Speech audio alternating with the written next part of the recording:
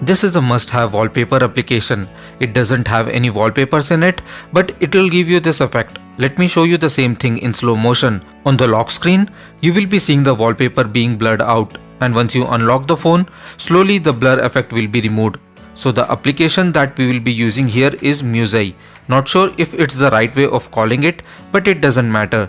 The interface of the app is not that simple, so let me guide you through it and make sure you are watching this video till the end.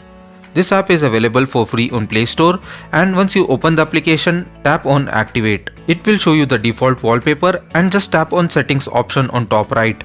Now you will be seeing these two options, lock screen and home screen, and below these you will be seeing three sliders.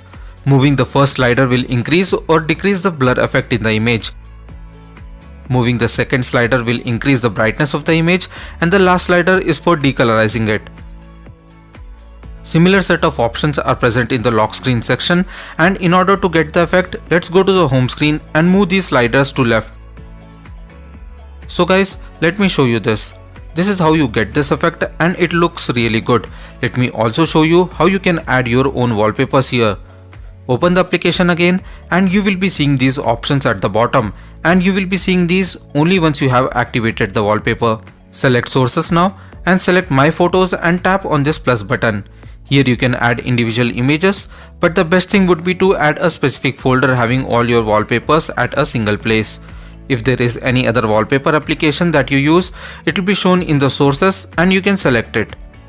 You will be also seeing the notification from this app every now and then, and you can change the wallpaper just by tapping on this arrow. Other application that you should try is Volume Slider. With this application, you can customize the volume panel. It provides style from other UI like OnePlus, Realme, MIUI, Samsung's One UI and lots of other UI.